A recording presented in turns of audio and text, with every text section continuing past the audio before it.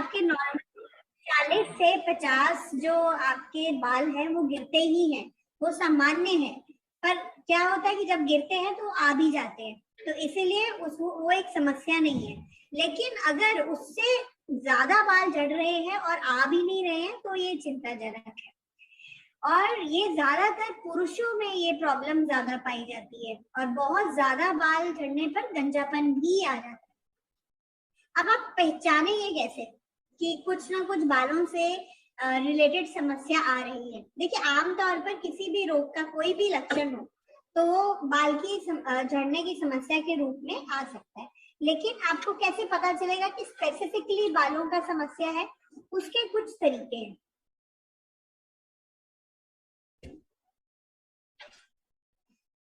सबसे पहले पैटर्न बॉल्डिंग बोलते हैं इसको। पैटर्न बॉल्डिंग का मतलब है एक पैटर्न के तौर पे गंजापन आना, बालों का पतला होना शुरू हो जाता है और फिर धीरे धीरे सिर के जो आगे का जो पैच है वो बालों का झड़ना शुरू हो जाता है।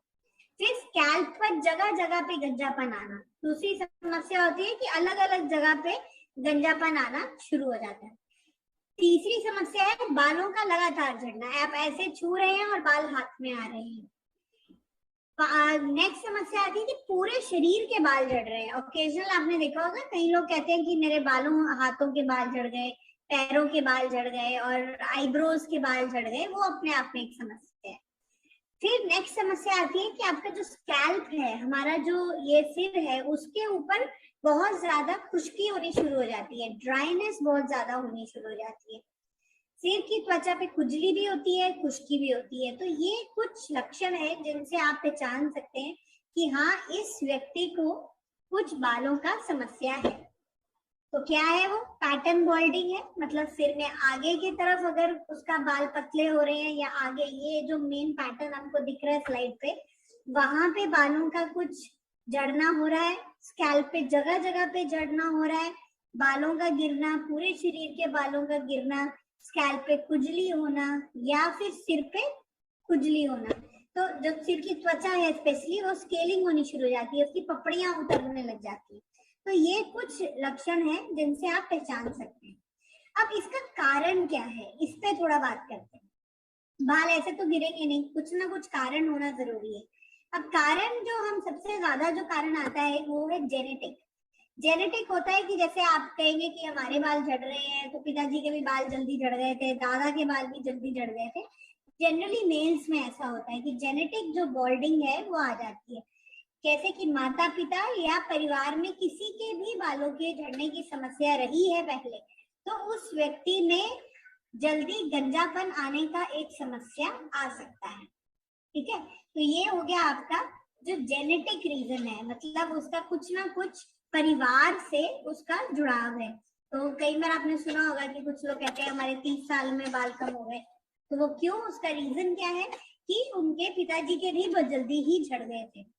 दूसरा जो रीजन है इसका वो है हार्मोनल चेंज। कभी कभार मेल्स के अंदर हार्मोनल चेंज होने की वजह से ये सिर का जो बीच वाला हिस्सा है वहां पे पैटर्न बॉल्डिंग आनी शुरू हो जाती है। ये बीच वाले हिस्से में से बाल झड़ना शुरू हो जाता है। तीसरा रीजन आता है कि स्कैल्प पर इन्फेक्शन, किसी भी तरह का इन्फेक्शन, फंगल इन्फेक्शन बेसिकली अगर हो जाए तो भी सिर के बाल झड़ जाते हैं। कोई अगर कीमोथेरेपी करा रहा है, कैंसर का कोई ट्रीटमेंट ले रहा है, या फिर उसको बहुत ज्यादा स्ट्रेस है, जो बहुत ज्यादा मेडिसिन खा रहा है, एंटीसाइकोटिक या फिर साइकेट्रिक मेडिसिन बहुत ज्यादा ले रहे हैं, तो भी बाल झड़ने की समस्या ऐसे लोगों को आती है। कुछ लोग ऐसे होते हैं जैसे रेडिएशन थेरेपी पे हैं, उन लोगों में भी ये समस्या देखी जाती है। अच्छा, स्ट्रेस जो है वो एक काफी इंपॉर्टेंट रीजन है इस चीज के लिए। जब बहुत ज्यादा स्ट्रेस होता है तो हमारा सारा जो पित्त है वो सिर पे कलेक्ट हो जाता है, तो बाल झड़ना शुरू हो जाता है। फिर डेफिशिएंसीज, विटामिन डेफिशिएंसी हो गया, मिनरल डेफिशिएंसीज हो गई, विटामिन ई की डेफिशिएंसीज हो गई, जिंक का डेफिशिएंसी हो गया, उससे भी बाल झड़ने का समस्या आता है। और भी आपने देखा होगा कि बहुत लोग हेयर डाइज यूज करते हैं, बहुत ज्यादा केमिकल डाइज यूज करते हैं, उनमें भी ये जो समस्या है देखी जाती है। तो देखिए, हेयर अगर किसी का भी बाल झड़ रहा है तो सबसे पहले हमको ये देखना है कि इसका कारण क्या है। क्या वो कारण जेनेटिक है, या वो कारण कुछ हार्मोनल है, या इसको कुछ इन्फेक्शन हुआ है किसी तरह का, या ये किसी प्रकार के ट्रीटमेंट में तो नहीं है, या रेडिएशन थेरेपी तो नहीं करा रहा है, या फिर कुछ ऐसा कैंसर रिलेटेड ट्रीटमेंट है, वो भी नहीं है, तो स्ट्रेस तो नहीं है कहीं बहुत ज्यादा लाइफ में। फिर देखिए पोषण कितना है, कि कितना खाना किस तरह का खाया जा रहा है, एफिशिएंसीज तो नहीं है बहुत ज्यादा, या बहुत ज्यादा कुछ हार्ड डाइज लगा रहे हैं, केमिकल्स लगा रहे हैं बालों के ऊपर। आजकल तो बहुत फैशन है कि लोग अपने बाल हरे नीले पीले सब करा के घूमते हैं, तो पर वो उसका जो आफ्टर इफेक्ट है वो आपके बालों पे आता है। तो ये तो है कि बाल झड़ रहा है, आपने कारण पहचान लिया कि जी इस कारण से है। अब आप इसको बचाएंगे कैसे?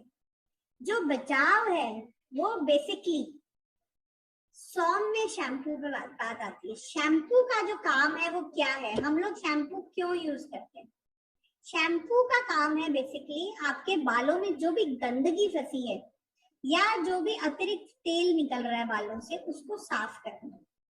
वो जो भी गंदगी है ऑब्वियसली वो इन्फेक्शन कर देगी आपको, है ना, खुजली ज्यादा बढ़ जाएगी, बाल झड़ जाएंगे।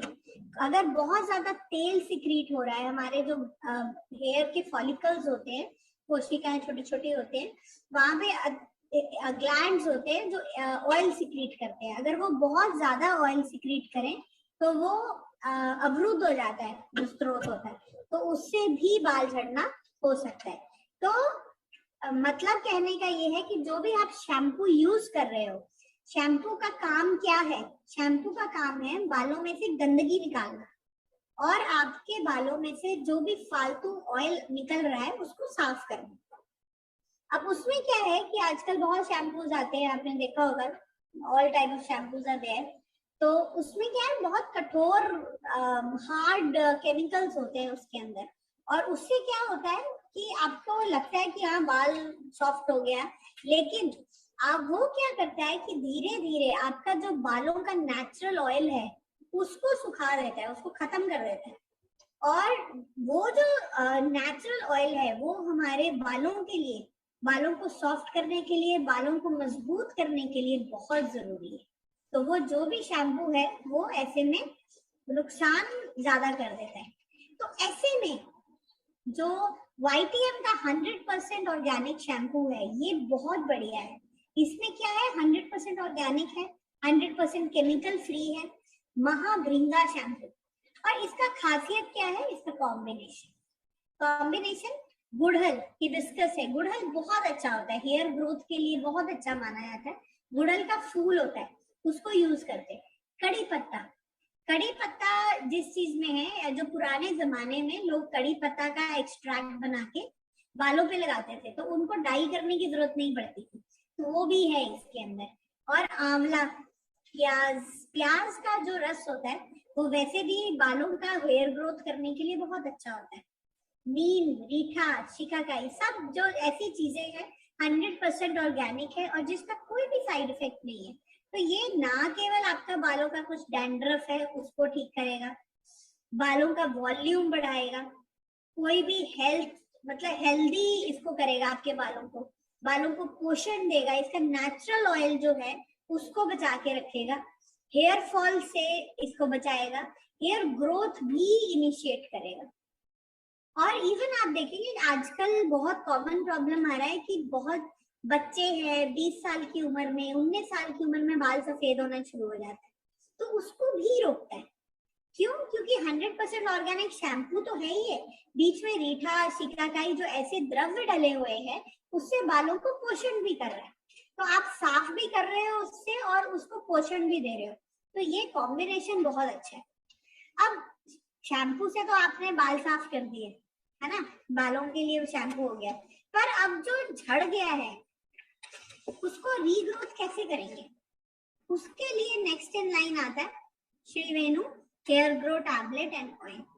ये बहुत ही उत्तम कॉम्बिनेशन है बेसिकली आपके बाल झड़ने के लिए भी और बाल अगर उगाने हैं वापस तो भी।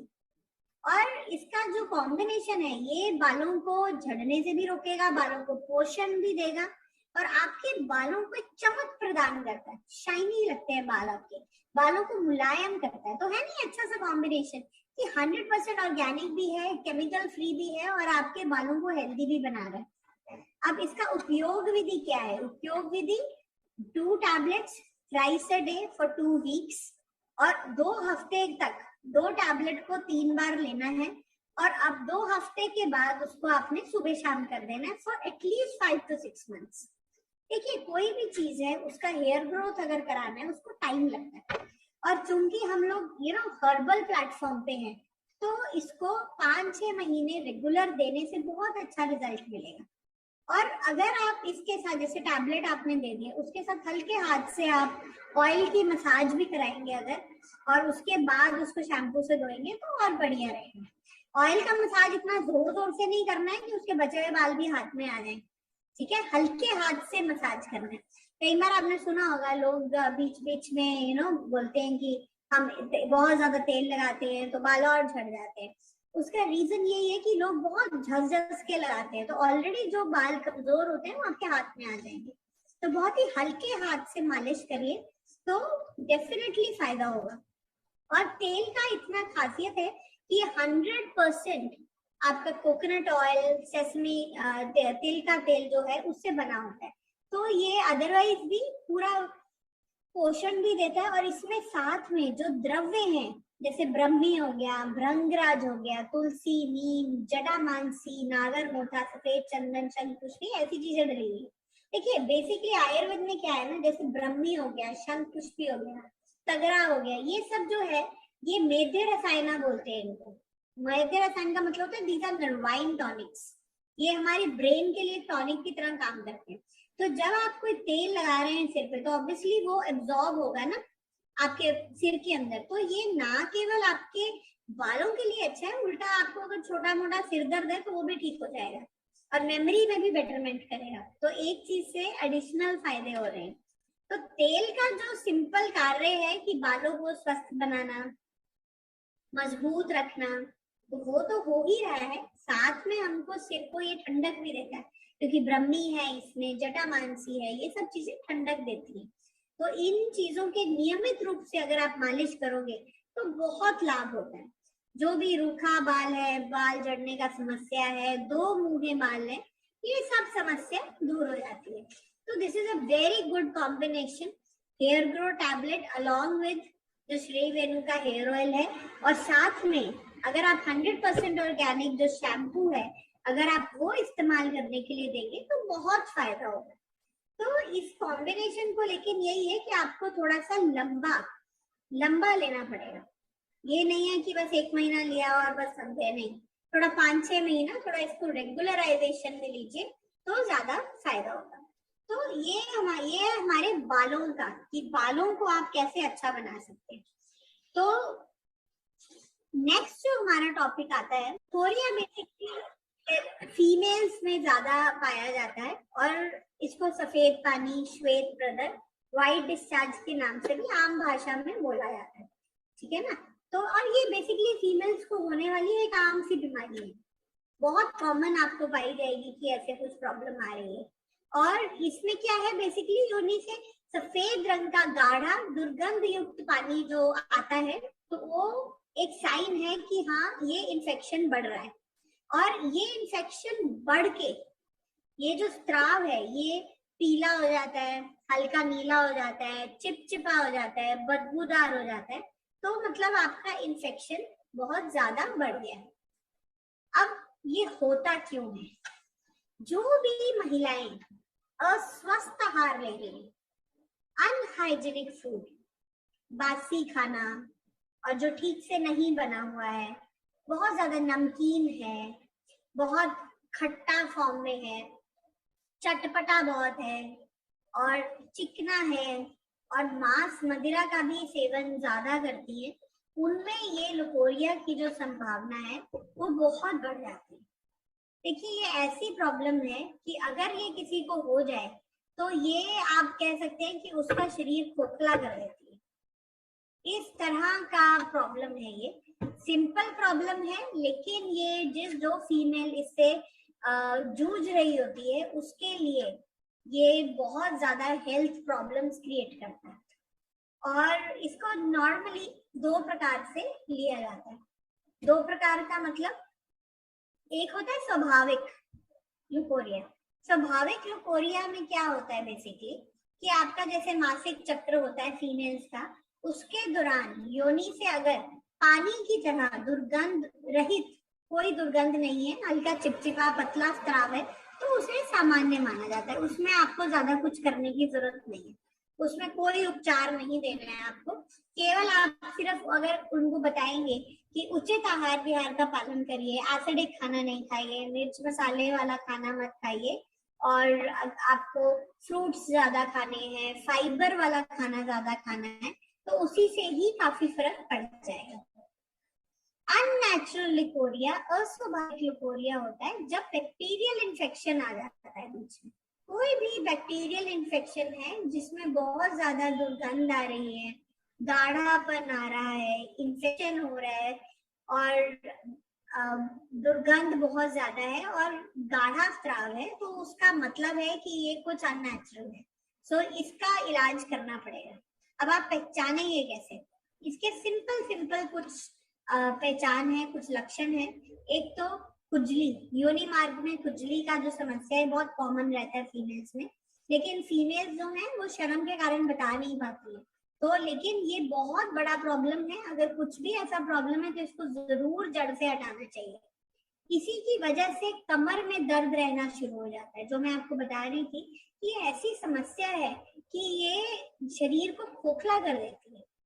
कमजोरी, ज्यादा कमजोरी आना लग जाती है, भूख ना लगना, जी मिचलाना, हर टाइम नौजिया रहेगा, दिल नहीं करेगा कुछ भी खाने का, थोड़ा खाया तो भारीपन हो जाएगा, आंखों के नीचे काले घेरे आने शुरू हो जाते हैं, क्योंकि ये क्या है ना, शरीर को खोखला करता है तो आपका एब्जॉर्प्शन को अफेक्ट कर देता है, तो आप जो भी खाएंगे आपको लगेगा नहीं, तो वो क्या काले घेरे आने शुरू हो जाते हैं। और कई बार क्या होता है, थोड़ा मेहनत करती है लेडी, तो थोड़ा मेहनत करने पे ही उसकी आंखों के आगे अंधेरा छाने लग जाता है, या फिर चक्कर आने की प्रॉब्लम आनी शुरू हो जाती है, पिंडलियों में खिंचाव, काफ मसल्स में पेन आना शुरू हो जाता है, शरीर में भारीपन आने लग जाता है, चिड़चिड़ापन रहेगा, क्योंकि एनर्जी नहीं है कुछ करने की, तो सारा टाइम चिड़चिड़ी रहती है ऐसी लेडी। तो ऐसा कुछ भी लक्षण है कि आपको लग रहा है कि कमर में दर्द बहुत ज्यादा हो रहा है, तो उसको, आपको कमर के दर्द को ट्रीट करने की जरूरत नहीं है, आप उसको लुकोरिया के लिए दवाई देंगे, उससे फर्क पड़ जाएगा। कमजोरी है बहुत ज्यादा, तो आपको देखना पड़ेगा कि ये तो, अरे ये तो इसके साइंस ही लग रहे हैं, है ना, थोड़ा मेहनत करने पे ही आंखों के आगे चक्कर आ रहा है, तो ये सब चीजें जो है वो इससे ही जुड़ी हुई है। तो इसका जो है इलाज बहुत जरूरी है करना, क्योंकि अगर इसका इलाज नहीं करते हैं तो ये इन्फेक्शन और अंदर तक स्प्रेड हो जाता है, और फिर पेल्विक एरिया, जो लोअर एब्डोमेन पेन है, वो आना शुरू हो जाता है, क्योंकि वो सारा इन्फेक्शन अंदर तक फैल गया यूट्रस तक, तो वो सारा हेवीनेस आ जाएगी, पेन रहेगा, साइड्स में पेन आना शुरू हो जाता है, और पेशेंट जो भी है वो हर टाइम पे चिड़चिड़ाहट रहेगी उसको। अब इसका कारण क्या है, लुकोरिया का क्या कारण है? सबसे बड़ा कारण है लुकोरिया का पोषण की कमी। जब कोई भी अच्छा न्यूट्रिशियस खाना नहीं खाता है तो पोषण की कमी होने से लुकोरिया होने की संभावना बहुत बढ़ जाती है। इसीलिए हमने सबसे पहले बोला कि जो उचित आहार विहार है वो बहुत जरूरी है। सेकेंड आता है बैक्टीरियल इन्फेक्शन। कोई भी इन्फेक्शन कैच किए कहीं से, बैक्टीरियाज आ गए हैं क्योंकि अनहाइजीनिक रह रहे हो आप, तो उसकी वजह से भी ये प्रॉब्लम आ जाती है। कई बार होता है बार बार मिसकैरेजेस हो रहे हैं, करवा रहे हो या हो रहे हैं, दोनों में से कोई भी कारण है, वो भी वन ऑफ द रीजंस है लुकोरिया होने का। लो इम्यूनिटी, देखिए रोग प्रतिरोधक शक्ति एक ऐसी चीज है कि जब भी हमारा रोग प्रतिरोधक शक्ति कम होता है तो क्या होता है कि हमारे को और ज्यादा बीमारियां होने का मतलब यार प्रे टू मेनी डिजीजेस, बहुत सारी बीमारियां होने की संभावना बढ़ जाती है। तो उसमें आपका जो भी आपके बॉडी का एक वीक पॉइंट होगा, उस एरिया में कुछ ना कुछ प्रॉब्लम आने की संभावना बढ़ जाती है। तो इम्यूनिटी लो हो रही है तो ऑब्वियसली आप इन्फेक्शन कैच करोगे, वो किसी भी तरह का इन्फेक्शन हो सकता है। फिर डायबिटीज, डायबिटीज एक ऐसी चीज है जिससे आपका ऑब्वियसली लो इम्यूनिटी होता है, और जो डायबिटिक फीमेल्स हैं उनको लुकोरिया होने की संभावना बहुत ज्यादा है। मतलब 9 out of 10 फीमेल्स को लुकोरिया की प्रॉब्लम रहती है डायबिटीज में। तो इसीलिए आपको पूछना पड़ेगा आप डायबिटिक भी हैं क्या, और शुगर कंट्रोल में है आपकी। और स्ट्रेस जो है वो भी एक बहुत बड़ा कारण है। तो कोई भी लुकोरिया का पेशेंट है तो उसको आपको देखना पड़ेगा कि पोषण का कमी हो रहा है, बैक्टीरियल इन्फेक्शन है, बार बार कुछ गर्भपात हो रहा है या बार बार कुछ गर्भपात कराया है, या इम्यूनिटी इसका लो लग रहा है, आंखों के नीचे जो काले घेरे आ रहे हैं, तो उससे आपको आइडिया हो जाएगा। और चक्कर आ रहा है, आंखों के आगे कालापन हो रहा है, तो ये सब जो चीजें हैं। और डायबिटिक है, अगर स्ट्रेस बहुत ज्यादा ले रही है तो भी ये सारे कारण हैं, ये लुकोरिया की तरफ एक पेशेंट को लेके जाते हैं। तो लुकोरिया को ट्रीट कैसे करें, अब देख लिया हमने लुकोरिया क्या है, कितने प्रकार का है, 2 प्रकार का है, और लक्षण क्या है ये भी आपने देख लिया, कारण भी देख लिया हमने। अब सब कुछ देख लिया, अब हमने करना है इसका करें क्या, ठीक कैसे करना है। ठीक करने के लिए सबसे बढ़िया जो एक टैबलेट आती है वो आती है ल्यूको टैबलेट। आप लोगों ने सुना भी होगा इसके बारे में। ल्यूको टैबलेट का ना कॉम्बिनेशन बहुत बढ़िया है। कॉम्बिनेशन में इसके अशोक की छाल है। अशोक जो है वो ऐसा द्रव्य है, it is the best uterine tonic of Ayurveda. तो आप किसी भी तरह का प्रॉब्लम हो तो उसमें आप इसको अशोक को दे सकते हैं। तो अशोका की जो छाल है वो डली है इसमें। लोद्र जो है ये एक और द्रव्य है जो बहुत बढ़िया है लुकोरिया के लिए भी और फीमेल्स के लिए भी। शतावरी, नाग केसर, पुष्यानुक चूर्ण, लौ बसम, ये सारे उत्तम द्रव्य हैं। और आप देखो इसमें इसका ब्यूटी क्या है, अशोका छाल से हमने उसका यूट्रस को स्ट्रेंथनिंग की है, लोद्र से हम इन्फेक्शन कम कर रहे हैं, शतावरी से भी हम इन्फेक्शन भी कम कर रहे हैं। और जो जब भी लुकोरिया होता है तो एसिडिक पीएच थोड़ा बढ़ जाता है योनि का, उसको मैनेज करती है ये। पुष्यानुक चूर्ण, लौ भस्म, ये सब जैसे आपको पता ही है लुकोरिया हो तो वन ऑफ द लक्षण क्या है कि आंखों के नीचे काला घेरा हो जाता है, तो लौ भस्म भी है, इसमें आयरन भी डला हुआ है। तो सब चीजों का एक ही टैबलेट देने से इसका काम हो जाता है। और सबसे अच्छी चीज है कि ये श्वेत पदर को जड़ से हटा देती है, पोषण भी देती है क्योंकि इसके अंदर चीजें ऐसी हैं। पुष्यानुक है, शतावरी है, ये ताकत भी देता है। फीमेल्स के लिए बहुत अच्छी चीज है शतावरी। अशोका की छाल है और लौ भस्म है, रिच इन आयरन। तो इससे क्या है कि ये पोषण भी प्रदान करता है, फीमेल को उसको खा के थोड़ा सा एनर्जी भी आएगी कि हाँ मुझे बेटर लग रहा है। और मासिक धर्म संबंधी कोई समस्या है उसमें भी ये काम करता है, जैसे कुछ भी इरेगुलरिटी है मेंस्ट्रुअल साइकिल में, अनियमित तौर पे मासिक आ रहा है, तो उसमें भी काम करता है।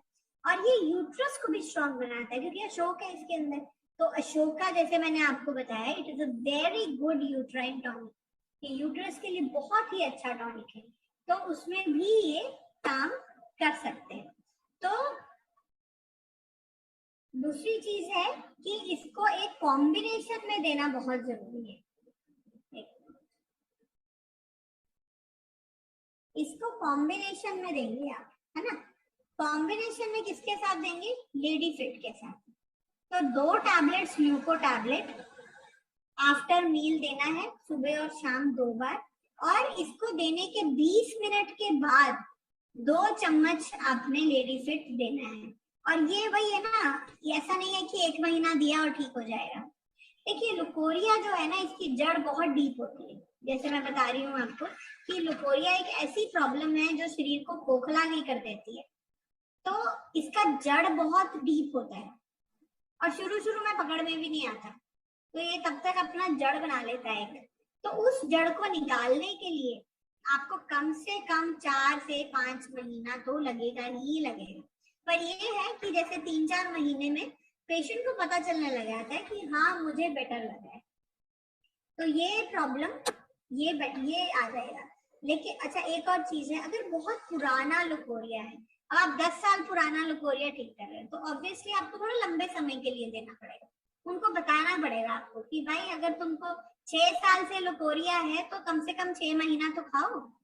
तो ये लगातार जब जाता है, क्योंकि देखिए याद रखिए ये सब हर्बल फॉर्मुलेशन है, इसमें केमिकल नहीं है कि अभी आपने आज खाया और आज रात तक ही आप ठीक हो गए।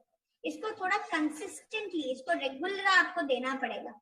और ये दोनों का जो कॉम्बिनेशन है ये पेल्विक कंजेशन पे भी काम करता है। कई बार फीमेल्स कहती है नलों में दर्द हो रहा है ना, बड़ी कॉमन कंप्लेंट आती है लेमैन लैंग्वेज में कि नलों में पेन है, उसमें बहुत अच्छा काम है ये। मासिक धर्म का नियमितता किसी भी एज में आप दे सकते हो इसको, और एसिडिक पीएच को घटाता है, तो कुछ भी अगर हेवीनेस लग रहा है, नीचे की ओर दबाव लग रहा है, उसमें भी काम करता है, और लुकोरिया को तो दूर करेगा ही करेगा। और जैसे कि मैं बता रही थी आपको कि लुकोरिया जो है इसका वन ऑफ द रीजंस जो है लुकोरिया का वो है लो इम्यूनिटी।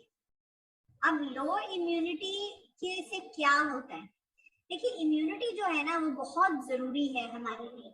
अभी पीछे तो आपको पता ही है 2 साल कोविड में सब कुछ बंद रहा है, तो सबसे ज्यादा जिस चीज को बढ़ाने में काम आया है कि जिसको आप बढ़ाओ और कोविड से आप सुरक्षा प्रदान करेंगे, उसमें क्या रहा है, इम्यूनिटी। इम्यूनिटी एक ऐसी चीज है जो आपके रोग प्रतिरोधक जो भी क्षमता है उसको बढ़ाती है। इम्यूनिटी इज कोई भी रोग आ गया उससे आप कैसे लड़ेंगे, आप कितने तैयार हैं।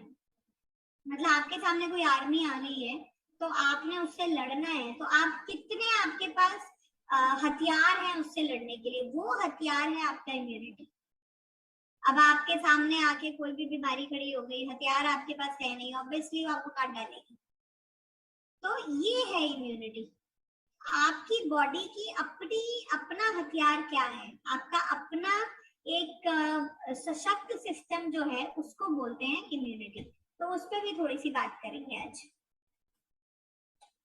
थोड़ा ये इस पे स्टेबल मत करिए स्क्रीन पे। अब इम्यूनिटी क्या है, देखिए अगेन बॉडी इम्यूनिटी क्या है, बेसिकली रोग प्रतिरोधक क्षमता जो है जो हमें बीमारियों से बचाए उसको हम क्या बोलते हैं, बॉडी इम्यूनिटी। बेहतर इम्यूनिटी के चलते ही हमारा शरीर बहुत सारी बीमारियों से लड़ लेता है बहुत आसानी से, और बीमारियों से लड़ने के लिए हमारी इम्यूनिटी का स्ट्रांग होना बहुत ज्यादा जरूरी है। जितना आपका इम्यूनिटी स्ट्रांग होगा उतना ही आप, अगर कोई बीमारी भी आई है, अगर आप अपना इम्यूनिटी बढ़ा लेंगे तो आप उससे और अच्छे से लड़ सकते हैं। तो इम्यूनिटी बहुत ज्यादा जरूरी है इस एस्पेक्ट के अंदर। अब इम्यूनिटी कमजोर है ये आपको कैसे पता चलेगा, क्या लक्षण है इसके कि इम्यूनिटी इज वीक। देखिए सबसे पहले तो अगर जो हमने अभी देखा लुकोरिया में भी था ये चीज कि आंखों के नीचे कालापन आना, जो नॉर्मल है पहले आपकी बिल्कुल ठीक था लेकिन अचानक से आंखों के नीचे बहुत कालापन आ रहा है, मतलब है कि जी कुछ गड़बड़ है, समथिंग इज रॉन्ग समवेयर, तो कुछ ना कुछ इम्यूनिटी लो हो रहा है। जब आप सुबह उठते हैं, सुबह उठ के ताजा नहीं फील होता, मतलब जब आप सुबह उठते हो आपको लगता ही नहीं कि हम सो के उठे हैं, तो इसका क्या साइन है कि भाई ये तो कुछ इम्यूनिटी का कुछ चक्कर पड़ रहा है। थर्ड आता है एनर्जी लेवल कम रहना, थोड़ा काम किया ऐसा लगेगा पता नहीं कितना पत्थर ढोके आए हैं, ऐसे बिल्कुल शरीर जवाब दे रहा है ना कि बस पड़ जाओ। तो आपको कई बार लगेगा कि जैसे कुछ लोग ऑफिस जाते हैं 1 घंटे के बाद ही लगेगा कि शरीर जवाब दे रहा है, तो इस तरह का फील होना, या फिर रात को आके बिल्कुल एनर्जी ड्रेन हो जाती है, तो सब लो एनर्जी लेवल का खेल है ये। अच्छा फिर है किसी चीज में ध्यान नहीं लगना, आप एक इम्पोर्टेंट मीटिंग में बैठे हैं, मन आपका लग नहीं रहा है, आप कहीं और हैं, जैसे अभी मैं बता रही हूँ इम्पोर्टेंट मीटिंग है, फिर भी कुछ लोग होंगे जिनका ध्यान नहीं होगा, कहीं और है वो, तो वो लो इम्यूनिटी साइंस है ये। फिर है पेट में गड़बड़ी रहना, देखिए ये बहुत इंपॉर्टेंट है। अब इम्यूनिटी कहाँ से आती है, हम जो भी खाना खाते हैं वो क्या है, हमारे शरीर में जाके, हमारे पेट में जाके हमारी जो आंतड़ियां हैं वो उस पर काम करती हैं। जब काम करती हैं तो उसको पोषक तत्वों में उसको डिवाइड करती हैं, जो भी खाना है उसको पोषक तत्वों में उसको ब्रेक किया जाता है, उसको तोड़ती है पोषक तत्वों में। वो अगर पोषक तत्वों को नहीं तोड़ेगा, जो हमारा पेट का पूरा डाइजेस्टिव क्रिया है, तो क्या होगा, पोषक तत्व बनेगा नहीं, पोषक तत्व बनेगा नहीं तो हमारा इम्यूनिटी बनेगा नहीं। तो ये पेट की गड़बड़ी की वजह से भी इम्यूनिटी लो हो जाती है। अब जब इम्यूनिटी लो है, आपका एनर्जी कम है, आपको सारा दिन लो लग रहा है, आपको लग रहा है मैं लेट जाऊं, मेरे से काम नहीं हो रहा है, तो आप ऑब्वियसली चिड़चिड़े तो रहोगे। तो अगर किसी को बहुत चिड़चिड़ाहट हो रही है तो वो भी वन ऑफ द साइंस है कि कहीं ना कहीं ये प्रॉब्लम आ रही है। और जल्दी बीमार हो जाना, बार बार जल्दी थक जाना, तो ये जो सारे साइंस एंड सिम्टम्स हैं ये लो इम्यूनिटी के सिम्टम्स हैं। तो इन सब चीजों से आप ये देख सकते हैं कि हाँ, कि ये कुछ ना कुछ इम्यूनिटी का ही खेल है जो बन रहा है। तो सिंपल है बहुत। आंखों के नीचे काला घेरा आ रहा है किसी के, और सुबह आप पूछ सकते हो कि आप फ्रेश उठ रहे हो क्या सुबह? अगर वो कह रहे हैं नहीं सुबह तो मैं बिल्कुल फ्रेश नहीं उठ रहा हूँ, तो मतलब गड़बड़ है। और पूछो कि एनर्जी लेवल कैसा रहता है भाई तुम्हारा, तो कहेगा जी हमारा तो सबसे बड़ा प्रॉब्लम है एनर्जी लेवल लो ही रहता है सारा टाइम, कुछ काम करने का मन नहीं कर रहा है, कि हमारा काम में बहुत मन लगता था, अब आजकल कुछ काम में मन नहीं लग रहा है, किसी चीज में ध्यान नहीं बन रहा है। इवन बच्चों में भी होता है ऐसा, बहुत इंटेलिजेंट बच्चे भी होते हैं ना, अचानक से ऐसा होता है कि मन नहीं लग रहा पढ़ने के अंदर, बहुत लायक बच्चा है पर पढ़ाई में मन नहीं लग रहा। चिड़चिड़ापन, देखो घर में कोई महिला है चिड़चिड़ी रह रही है बहुत ज्यादा, क्यों? कि एनर्जी कम हो रही है, कुछ ना कुछ गड़बड़ है उसके पीछे। और कोई घर में देखिए 5 लोग हैं, एक प्रकार का खाना खा रहे हैं, पर फिर भी आप देखोगे कोई एक ज्यादा ही बीमार रहता है, तो कुछ ना कुछ इससे रिलेटेड ऐसा प्रॉब्लम आ सकता है। तो ये जो लक्षण है इनसे आप पता कर सकते हो कि हाँ यहाँ पे कुछ गड़बड़ है और मुझे कुछ करना है। देखिए इम्यूनिटी सिस्टम जो है वो बेसिकली हर प्रकार की बीमारी से लड़ता है। आपके शरीर में जो भी बीमारी आ रही है उससे लड़ने में सबसे पहले जो खड़ा है आगे वो है इम्यूनिटी सिस्टम। मतलब आप सिंपल सी बात सोच सकते हैं कि अगर इम्यूनिटी सिस्टम इज लाइक, जैसे एलओसी पे आपकी इंडियन आर्मी खड़ी है, पाकिस्तान से कुछ भी आएगा तो हमारी इंडियन आर्मी उससे लड़ेगी, तो सेम वैसे ही है। तो कोई भी बैक्टीरिया वायरस अगर आएगा इम्यूनिटी खड़ी है वहां पे, आपको हेल्दी रखती है, आपको इन्फेक्शन से बचाती है। और स्ट्रॉन्ग इम्यूनिटी से कोई भी तरह का घाव जल्दी भर सकता है। अगर किसी को बहुत कॉमन प्रॉब्लम आती है कि कई बार कोई घाव हो गया वो भर नहीं रहा है, तो आपको देखना है डायबिटीज कैसा है और इसका इम्यूनिटी कैसा लो है, तो वो 2 चीजों पे काम करेंगे तो जल्दी जल्दी फायदा होगा। और सर्दी जुकाम ठीक नहीं होता, लोग हैं मुझे हर मौसम में ही सर्दी हो जाती है, मुझे हर 10 दिन बाद सर्दी हो जाती है, तो ये कुछ ना कुछ गड़बड़ है कि इम्यूनिटी लो है। तो अगर आपका स्ट्रॉन्ग इम्यूनिटी है तो आपको अगर इन्फेक्शन आएगा भी बहुत जल्दी बॉडी हील कर लेगी उसको, बहुत टाइम नहीं लगेगा उससे ठीक होने में। जिस चीज को लोग 10 दिन लगा रहे हैं ठीक होने में, आप 3 दिन के अंदर ठीक हो जाओगे। और सर्दी जुकाम जल्दी नहीं होता, बुखार जल्दी नहीं आता। अच्छा मजे की बात क्या है कि इम्यूनिटी भी 2 प्रकार की होती है। एक होती है प्राकृतिक इम्यूनिटी, प्राकृतिक मतलब नेचुरल इम्यूनिटी, जिसके साथ आपका जन्म होता है। ये एक सामान्य सुरक्षा है जो सबके पास होती है। और ये इम्यूनिटी का क्या काम है कि कोई भी जो जीवाणु है, रोगाणु है, उसको शरीर में प्रवेश करने से बचाती है। आप देखो बच्चे पैदा होते हैं तो बच्चे ने तो कुछ ऐसा खाया पिया नहीं है ना, बच्चा सिर्फ माँ के दूध पे ही है, तो वो भी उसके लिए इम्यूनिटी का काम करता है। तो वो है हमारी जन्मजात प्राकृतिक इम्यूनिटी जो उसने गर्भ में अपनी माँ से ली है, वो जन्मजात नेचुरल इम्यूनिटी है। सेकंड जो टाइप ऑफ इम्यूनिटी है वो है एक्वायर्ड इम्यूनिटी। एक्वायर्ड इम्यूनिटी का मतलब होता है कि जो हमें समय के साथ मिलती है, जो हम खुद खान पान से, अपनी दिनचर्या से अपना सिस्टम को बेटर करते हैं, वो है एक्वायर्ड इम्यूनिटी। तो सिर्फ नेचुरल इम्यूनिटी से काम नहीं बनता है, नेचुरल इम्यूनिटी के साथ में आपको खान पान का, अपनी दिनचर्या का, इन चीजों का भी आपको ध्यान रखना होगा, तो ही आपका इम्यूनिटी बेटर लगेगा। अब इम्यूनिटी अगर इन चीजों से नहीं बन रही है और आपने पहचान कर ली है कि जी ये पेशेंट है जो ठीक नहीं हो रहा है, इसका इम्यूनिटी लो है, अब इसका क्या करना है? इसका जो करना है वो हम इसको 2 कॉम्बिनेशन दे सकते हैं। एक तो है इम्यूनिटी प्लस। ये जो कॉम्बिनेशन है ये बेसिकली क्या करता है, ये सेलुलर लेवल पे काम करता है। सेलुलर लेवल का मतलब होता है हमारे बॉडी के जो सेल्स हैं उनको मजबूत करना, प्रोटीन्स को बेटर करता है। प्रोटीन जो है वो हमारे बॉडी का कुछ भी wear and tear of the body होता है ना, वियर एंड टियर का मतलब है जैसे मैकेनिक के पास गाड़ी जाती है आपकी सर्विस होने, तो जो भी सर्विस करनी है आपके बॉडी की वो प्रोटीन ने करनी है। तो ये जो इम्यूनिटी प्लस है ये आपके प्रोटीन्स को मजबूत करता है, तो क्या करेगा, इम्यूनिटी स्ट्रांग हो जाएगी। नर्वस सिस्टम के लिए बहुत अच्छा है, इसका कॉम्बिनेशन बहुत बढ़िया है। तो नर्वस सिस्टम का मतलब है दिमाग से रिलेटेड कोई प्रॉब्लम है, नसों से रिलेटेड कोई प्रॉब्लम है, उसमें हेल्प करता है। देखिए इम्यूनिटी अगर कम होगी तो ऑब्वियसली किसी ना किसी ऑर्गन को साथ में लेगी, या तो नसें कमजोर होंगी, आंखें कमजोर होंगी, कुछ ना कुछ रिलेटेड होगा। कई बार ऐसा भी होता है कि जैसे कुछ लोग कीमोथेरेपी करा रहे हैं, रेडिएशन थेरेपी करा रहे हैं, उस टाइम पे उनका इम्यूनिटी बहुत लो हो जाता है। तो आपने सुना भी होगा कि ये फलाना कीमोथेरेपी करा के आया है तो इसका इम्यूनिटी लो है, तो इसके आसपास नहीं जाइए, या बहुत हाथ धो के सैनिटाइज करके जाइए उसके आसपास। वो क्यों? क्योंकि उसका इम्यूनिटी बहुत लो होता है उस टाइम पे। तो ऐसे में जो इम्यूनिटी है अगर आप उसको बूस्टर देंगे तो फायदा होगा। और जलन से राहत मिलती है इससे, क्यों? क्योंकि हमने देखा पेट में कुछ भी गड़बड़ी है तो इम्यूनिटी लो होता है, तो हम कोई भी इम्यूनिटी बढ़ाने के लिए कुछ भी देंगे तो पेट में उससे राहत मिलेगी।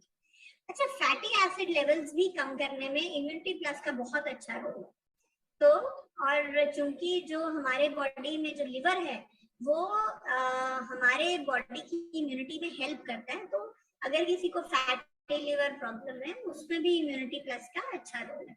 रोगों से भी बचाता है ये, बैक्टीरियल इन्फेक्शन से बचाता है, मेमोरी आपकी अच्छी करता है, किडनी की कोई प्रॉब्लम है उसमें हेल्प करता है, कोलेस्ट्रॉल लेवल्स को स्टेबल करता है, आंखों की रोशनी के लिए बहुत अच्छा है, आपके हार्ट को स्ट्रॉन्ग करता है, आपके डाइजेशन के लिए बहुत अच्छा है। तो अगेन हमने देखा कि जो जो हमने लक्षण देखे हैं कि ये जिससे आप पहचानेंगे कि हाँ इसकी इम्यूनिटी लो हो रही है, ये उन सभी लक्षणों पे काम कर रहा है। तो this is a very good combination, ठीक है ना। फिर उसके बाद अब इसको लेना कैसे है, कैसे लेंगे इसको? 20 ml सुबह शाम अगर आप खाली पेट लेंगे, कोसे पानी से लेंगे तो और अच्छा इफेक्ट आएगा, क्योंकि कोसे पानी से जब हम कोई भी आयुर्वेदिक मेडिसिन लेते हैं तो उसका इफेक्ट बढ़ जाता है, तो उसमें ये फायदा करता है। फिर इसी के साथ में जो सेकेंड कॉम्बिनेशन है वो है जीवन अमृत रस। जीवन अमृत रस भी वाइटियम का one of the best antioxidant है। और एंटीऑक्सीडेंट का क्या मतलब है कि this is a push, immunity को बढ़ाने के लिए जो पुश चाहिए वो जीवन अमृत रस है।